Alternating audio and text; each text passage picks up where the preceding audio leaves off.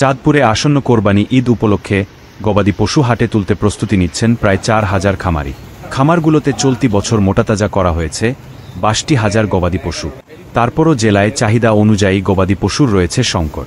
এতে গবাদি পশুর ন্যায্য মূল্য পাওয়ার প্রত্যাশা খামারিদের।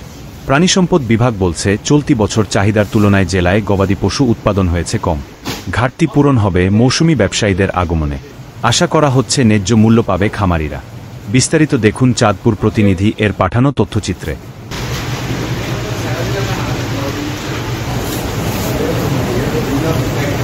চাঁদপুরে ঈদুল আজহার কোরবানিতে ক্রেতাদের পছন্দ দেশীয় খাদ্যে পালিত গবাদি পশু। ক্রেতার চাহিদা অনুযায়ী গবাদি পশু হাটে তুলতে ব্যস্ত খামারিরা।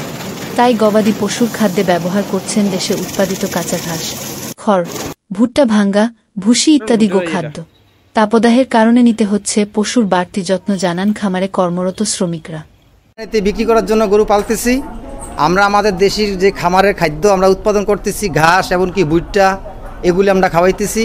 এমনকি আমরা কোনো বিষাক্ত ইঞ্জেকশন, কোনো ট্যাবলেট এগুলি খাবিয়ে মোটা করার জন্য আমরা গরু পালতেছি না। আমরা কিন্তু কোরবানির সময় বিক্রি করবো, তো তাই জন্য এগুলি আমাদের মোটা তাজা হইতেছে গরু। আর আমাদের দেশি ঘাস আছে আমাদের ফার্মে, আমাদের যে ভিতরে ঘাস খেতি করছি, ঘাস আছে, ঘাস কেটে খাওয়াইতেছি। আমরা অন্য কোনো ট্যাবলেট, ইঞ্জেকশন এগুলি দেওয়ার কোনো চিন্তাধারা নাই। আমাদের গরু ইনশাল্লাহ মোটা তাজা হইতেছে। আমরা এগুলি বিক্রি করার জন্য কোরবানিতে ইনশাল্লাহ পালতেছি। আমাদের এখানে প্রায় অর্ধ শতাধিক গরু আছে। আমরা এই গরুগুলোকে আজকে প্রায় 2 বছর ধরে লালন পালন করতেছি। আমরা এই গরুগুলোকে প্রতিদিন গোসল করাই, এই গরুগুলোকে প্রতিদিন ভালোভাবে যত্ন নিই। আমাদের গরুগুলোর আমরা ন্যাচারাল খাবারটাই খাওয়াই। আমাদের গরুর খাবার গম, ভুসি, ছোলা, ধান, এইগুলো আমরা আমাদের মিলে পাউডার বানিয়ে আমাদের গরুকে আমরা খাওয়িয়ে মোটা তাজা করতেছি। চাঁদপুরে কোরবানির জন্য গবাদি পশুর চাহিদা রয়েছে ৭৬,৩৫৪টি। চলতি বছর গবাদি পশু উৎপাদন হয়েছে ৬২,০৯৮টি। চাহিদার তুলনায় গবাদি পশুর সংকট রয়েছে ১৪,২৫৬টি। সংকটে দাম ভালো পাওয়ার প্রত্যাশা খামারিদের। গত বছর কুরবানিতে গরু বিক্রি করতে পারি নাই। ওই গরু গত বছর থেকে এই পর্যন্ত পুষতেছি। খাদ্যর যে দাম, অনেক দাম খাদ্যর বেশি, যার কারণে আমাদের এখন অনেক টাকার চালান পুঁজির ভিতরে আটকে রয়েছে। যদি আমরা লাভবান হতে পারবো, বাইরের থেকে কোনো গরু বাংলাদেশে না আসে কুরবানি উপলক্ষে, তাহলে আমরা এগুলো বেচে কোনো রকম চালান ধরতে পারবো, তেমন লাভবান হবে না।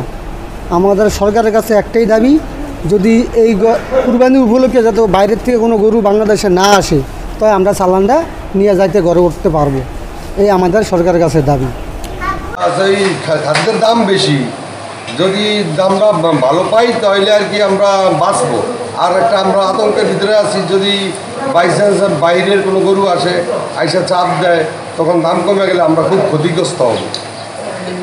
প্রাণী সম্পদ বিভাগ বলছে, চলতি বছর জেলায় গবাদি পশু উৎপাদন কম হলেও প্রভাব পড়বে না হাটে। ঘাটতি পূরণ হবে মৌসুমি ব্যবসায়ীদের আগমনে। এই আসন্ন ঈদুল আজহা উপলক্ষে আমাদের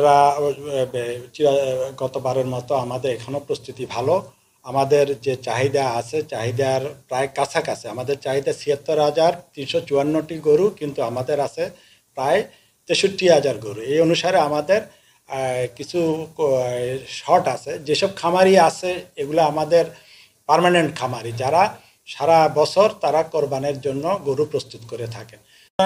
আপনারা যে খণ্ডকালীন ব্যবসায়ী সিরাজগঞ্জ, পাবনা, যেখানে গরুর প্রোডাকশন ভালো, গরুর উৎপাদন ভালো, সেখান থেকে আসলে একটু দামের ফ্লাকচুয়েট হতে পারে।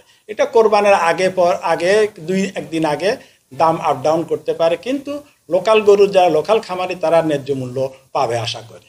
গত বছর চাঁদপুরে স্থায়ী অস্থায়ী মিলে মোট 255টি পশুর হাট বসেছিল।